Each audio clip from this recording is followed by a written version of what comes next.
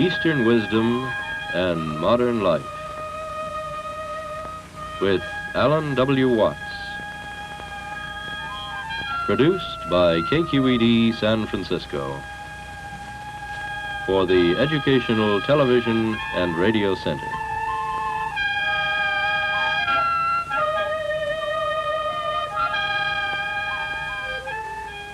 Alan Watts is a scholar, lecturer, and the author of many widely read books on comparative philosophy and religion.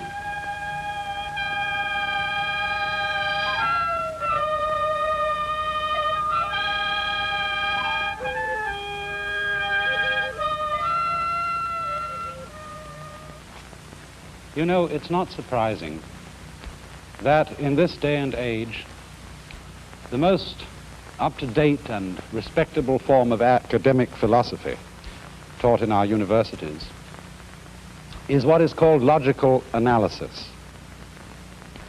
A logical analyst, you know, is the kind of fellow who, the moment you say something, you hardly get a word out of your mouth before he says, "Now, just precisely what do you mean by that?" You can't take a step of the way in unfolding a proposition or a thesis or an idea without his going minutely into the meaning of each word that you say. And as a result of this sort of technique, most logical analysts have come to the conclusion that the problems that have been discussed by philosophers for several thousand years are mostly meaningless problems. Because when you look very precisely at the form of words in which they're stated, and you analyze each word bit by bit, you come to the conclusion that it didn't really mean anything. But I think there's a profound fallacy in this, because it's based on the assumption that the meaning of words is supposed to be precise. But unfortunately for this sort of approach to things, we're living in a world which isn't precise, where nature, on the whole, is extraordinarily vague. I mean, it would be very nice for purposes of precise calculation if the Earth, in its orbit around the Sun, went round in a neat 360 days. But it doesn't. It goes round in 365 and some wretched fraction. Everything's a little odd. Everything's a little off-center. For example, how are we to decide exactly when now is? You know? When is now? If I look at my watch and take a good look at the second hand to find out exactly when now is, well, that second hand I can see it, so it must have some size. So let's take out a magnifying glass. Then it appears that the thing that marks now looks about so wide. And then, well, let's draw it a bit finer, and draw it a bit finer. But we never seem to be able to get to the end of analyzing it. Now, you see, is fuzzy. It's vague. It's like the field of vision which you have in front of your eyes. You can see clearly in the middle, but going out to the sides, things get a little bit blurred. Or where exactly does the head stop and the neck begin? Is it here? Is it here? Is it here? We can't really decide. The only way to be perfectly clear about where the head stops and the neck begins is to chop off the head. And then you've got a neat dividing line. In other words, the whole process of analysis is a process of chopping, of cutting apart, of approaching nature with a knife, with a dividing line, with a scalpel. And although there is most definitely a place in life for precision, for clear distinctions, for the attitude of the knife, this kind of thing can be enormously overdone. And if one approaches the poet, I remember a cartoon once I saw in a newspaper, showed Shakespeare walking on the clouds of immortality, holding his head in his hands, and he was being pursued by a pedestrian little man wearing a cap and gown, saying, "Mr. Shakespeare, your use of the conjunction if." And one knows all too well a certain style of personality which likes to be precise. The sort of person who always in his opinions and attitudes seems to be using his thought as a means of tearing other people to pieces. Isn't it wonderful to be equipped with a rigorous philosophical method that can tear all fuzzy thinking to shreds? You know, the kind of person who says, I don't like fuzziness. I like to be definite, clear, and meticulous. You always feel that person has got his knife into life. Or sometimes you meet among scientists, the sort of person who likes to talk about brute facts. Why must facts be brute? Hard and clear facts. Aren't there also facts that are soft and vague? But you see, that kind of attitude represents and in a way caricatures something that is on the whole rather characteristic of the total attitude of Western civilization to the environment. You know, one of the first things that Oriental peoples notice about us so-called white people is our noses. After all, the bridge of a Chinese nose is rather flat. Same with Negroes. And when they see us Caucasians for the first time, what they notice about us is this nose that goes out like this and seems to be prodding into everything, and the deep-set eyes with a fixed stare. And if you look at old Japanese screens which show what we call caricatures, but what they thought were fairly good representations of the first Western people they saw, they look like Tenjin or goblins because of their long noses. For it seems that this Western man has this prodder out in front of him, which is into everything. He can't leave anything alone. And although, as I say, there is a place for precision, nevertheless a fundamentally hostile, cutting up attitude to life gives us dead knowledge instead of living knowledge. It kills things. You know, it's a way of approaching everything rather on the lines of the old story about Achilles and the tortoise. You know perhaps the problem of Achilles and the tortoise. Achilles and the tortoise agree to have a race, but because Achilles can run twice as fast as the tortoise gets a head start. Achilles begins here, and the tortoise begins here. Now then, when the tortoise has gone half the distance between his starting point and Achilles' starting point, when the tortoise goes that much and is here, Achilles, who can run twice as fast, moves from here to here. Then the tortoise goes half as far as that distance. Achilles does twice as much, and he lands up here. And then the tortoise goes half as far as he went again and lands up here. Achilles does twice as much, and he's here. And so the tortoise goes half as far again, and Achilles does twice as much, and he lands up here. And notice, you see, Achilles is still behind the tortoise. And the next time the tortoise will go half as much as that, and Achilles will come up to here. And we shall go on doing this, thinking about smaller and smaller and smaller intervals. And as a result of this, Achilles will never overtake the tortoise. Now, of course, in actual life, Achilles jolly well does overtake the tortoise and goes right by him. But why this is a problem is it is a way of thinking about the situation that is infinitely and indefinitely analytical. It doesn't, as it were, let life go on, but it stops to analyze the whole business. It breaks it down into minuter and minuter and minuter quantities so that the whole thing is delayed. The whole situation is, as it were, stopped and killed. And this will always happen whenever we get into the bind, the rut, of trying to think too precisely. And it's for this reason that the Taoist, and I think also the Confucian philosophers of China, are very mistrustful of logic chopping, of being too analytical about the meaning of words. Let's take, for example, a word that is absolutely fundamental to Chinese thought, a word which I've used a great deal in this program, Tao. You know this is in English, spelled this way. Tao in Chinese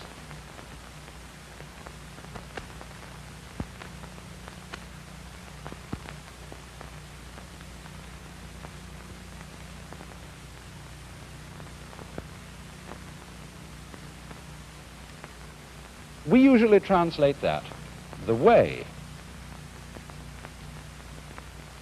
of nature, the way of things. But that's only one of its many meanings. Indeed, the term is so difficult to define that Lao Tzu, you know this man, the man who was the founder of Taoist philosophy, Lao-Tzu, Lao Tzu started out his book by saying, and this is a phrase which already shows how many meanings the word has, Tao,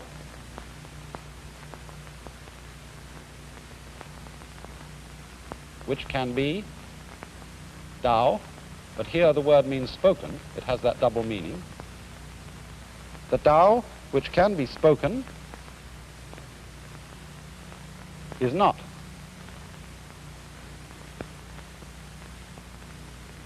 The eternal, the regular, or you might say the real Tao. Oh yes, he was inconsistent. He then went on to write a whole book about it. But really the whole purport of the book is to show that Tao, the fundamental nature of the world, is something you cannot get too precise about. You can't think about it and understand it that way. In other words, what is the fundamental basis of one's life as of one's thought always has to remain undefined. You see, if you insist, and Chinese philosophers and scholars always are very clear about this, if you insist on defining words meticulously, you always have to have other words to define your definitions. And then you have to have words to define those words and words to define those words, and there's no end to it. Or otherwise you can get around this by going in a circle, which is that, you know, when you look up the dictionary and you look up to be, you find the definition to exist. All right, you look up to exist and you find the definition to be. And then where are you? Either you go round in a circle, which fundamentally tells you nothing, or else you go on and on and on, getting more meticulous, and you never arrive. Once, a Western psychologist asked a Chinese friend, "What do you mean by Tao?" And the friend said, "Go and look out of the window." And he went and looked out of the window. "What do you see?" He said, "I see houses and a street." "What else?" "I see people moving around." "What else?" "I see clouds in the sky." "What else?" "And the wind is blowing." And the Chinese extended his hands like this and said, "That is the Tao."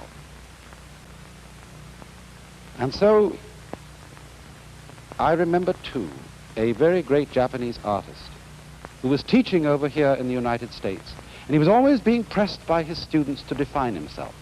And he used certain expressions. They say, "Now exactly what do you mean?" And they were always saying this, and one day he got mad. And he said, "What's the matter with you? Can't you feel?" And so it is that there are certain basic ideas like Tao, which the Chinese feel must come to us. We can't go out to get them. We can't grab them. They must come to us in the same way as light comes to our eyes. This thing, then, is mysterious and unknown. Like the hermit sage in one of the most famous of all Chinese poems, Jia Dao's Seeking for the Hermit in Vain. I asked the boy beneath the pines. He said, "The master's gone alone, herb picking, somewhere on the mountain, cloud hidden, whereabouts unknown. The whole power of the poem is in the mysterious imprecision of the old man's whereabouts, which somehow or other brings the spirit of the hermit sage closer to the inquirer than an actual meeting. His absence says more than his presence. Lost somewhere on the cloud-hidden mountain, he communicates far more than if he had come down to explain himself. And this spirit would be totally missed by the literal-minded, no-nonsense sort of person who at this point would want to clear away the clouds and the mystery, to rush in and find out just exactly where the old fellow has gone and just what herbs he is picking. You know, it's absolutely impossible to understand and appreciate our natural universe unless you know when to stop investigating. In our restlessness, we're always tempted to climb every hill and cross every skyline to find out what lies beyond. Yet as you get older and wiser, it isn't just flagging energy, but rather increasing wisdom that teaches you to look at mountains from below, or perhaps just climb them a little way. For at the top, you can no longer see the mountain. And beyond on the other side, there is perhaps just another valley like this. An old Indian aphorism says, "What is beyond is that which is also here." And you mustn't mistake this for a kind of blasé boredom, tiring of adventure. It's the startling recognition that in the place where we are now, we have already arrived. This is it. What we are seeking is, if we are not totally blind, already here. For if you must follow that trail up the mountainside to its bitter end, you will discover that it leads eventually right back to the suburbs. But only an exceedingly stupid person will think that that's where the trail really goes. For the actual truth is that the trail goes to every single place that it crosses. It leads also to where you are standing and watching it vanish into the hills. You are already in the true beyond to which it leads. Many a time I have had intense delight in listening to some hidden waterfall in a mountain canyon, a sound all the more wonderful since I have set aside the urge to ferret the thing out, clear up the mystery, and find out just where the stream comes from and where it goes. Every stream, every road, if followed persistently and meticulously to its end, leads nowhere at all. And this is why the compulsively investigative mind is always landing up in what it believes to be the disillusion, the hard and bitter reality of the actual facts. Playing a violin is, after all, only scraping cat's entrails with horsehair. The stars in heaven are, after all, only radioactive rocks and gas. But this is the illusion, that truth is to be found only by picking everything to pieces like a spoiled child.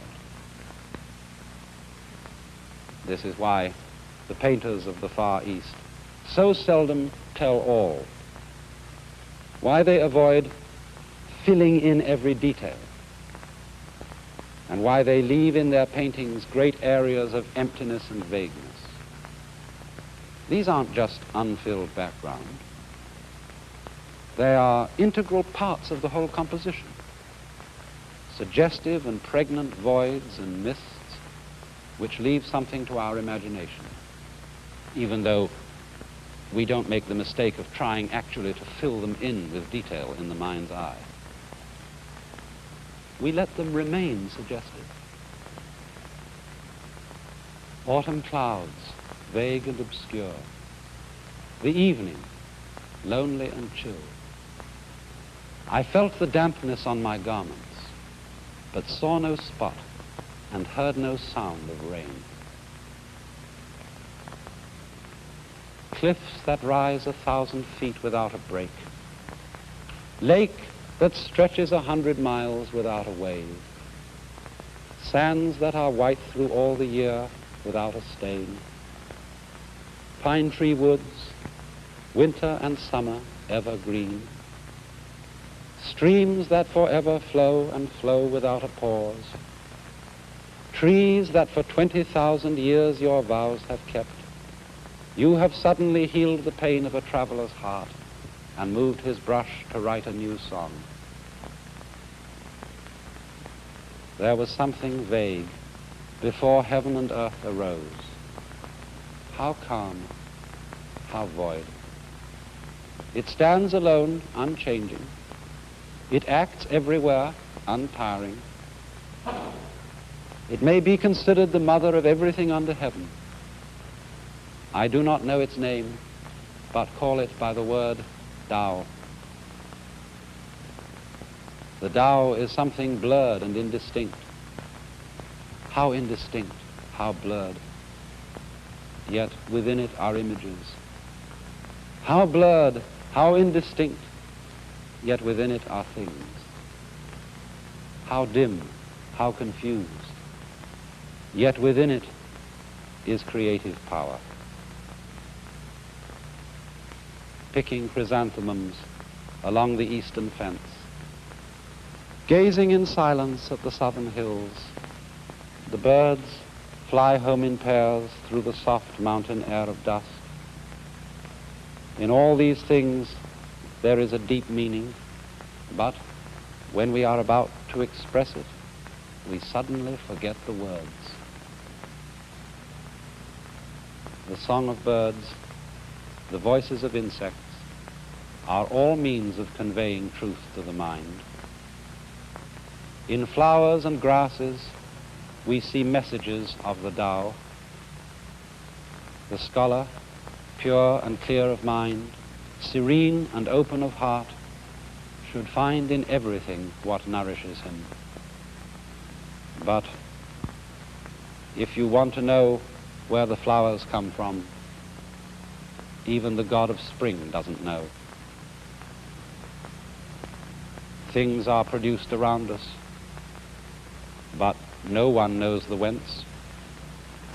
They issue forth, but no one sees the portal. Men, one and all, value that part of knowledge which is known. They do not know how to avail themselves of the unknown in order to reach knowledge. Is not this misguided? But it isn't by pushing relentlessly and aggressively beyond those hills that we discover this unknown and persuade nature to disclose her secrets. What is beyond, that is also here. Any place where we are may be considered the center of the universe. Anywhere that we stand can be considered the destination of our journey. But we have to be receptive and open.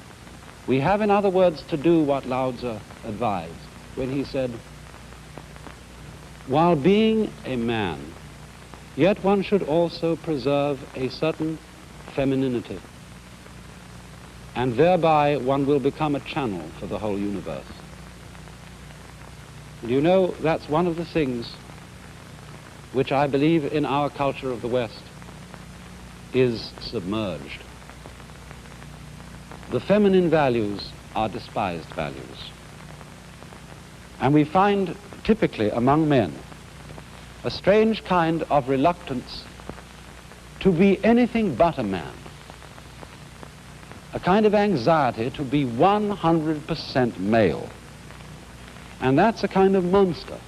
A man who is 100% male, 100% tough guy, is a sort of human mollusk who has no softness and no sensitivity. And indeed, it's a common psychological observation that people who are constantly anxious to prove their masculinity, who are scared to death of being sissy, of being weak, of being unaggressive, those are the very people who have doubts about their own masculinity, who are not really sure of it. And so, there is a tremendous necessity for us to value alongside, as it were, the aggressive masculine element symbolized by the sword, the receptive feminine element symbolized perhaps by the open flower. For after all, our human senses are not knives, they're not hooks, they are the soft ball of the eye, the delicate drum of the ear, the soft skin on the tips of the fingers and on the body. It is through these delicate, receptive things that we basically receive our knowledge of the world. And therefore it is through a kind of weakness and softness that it is possible for knowledge to come to us. So, putting it in another way,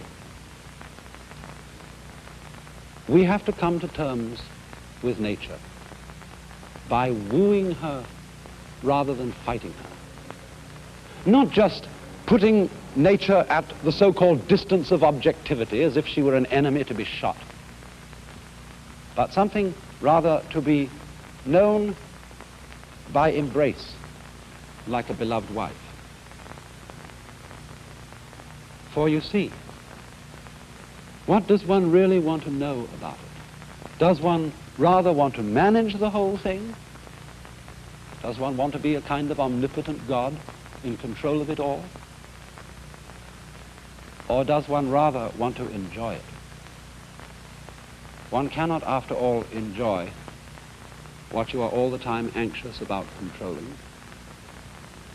One of the nice things about one's own body is you don't have to think about it all the time. If you had, when you woke up in the morning, to think about every detail of your circulation, you'd never get to the day. As was well said, the mystery of life is not a problem to be solved, but a reality to be experienced.